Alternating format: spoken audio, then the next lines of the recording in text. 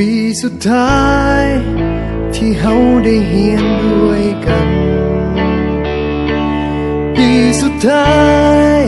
ที่เฮาจะต้องจากกันผ่านการเฮียน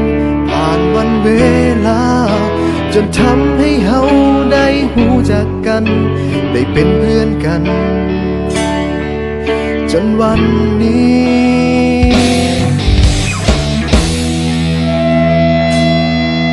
มาถึงม.7 ปี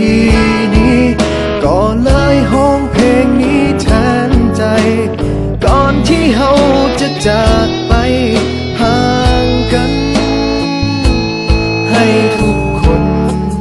จดจำในใจฝากเพลงนี้ไว้ให้คิดถึงกันเมื่อต้องถึงวันที่จากไป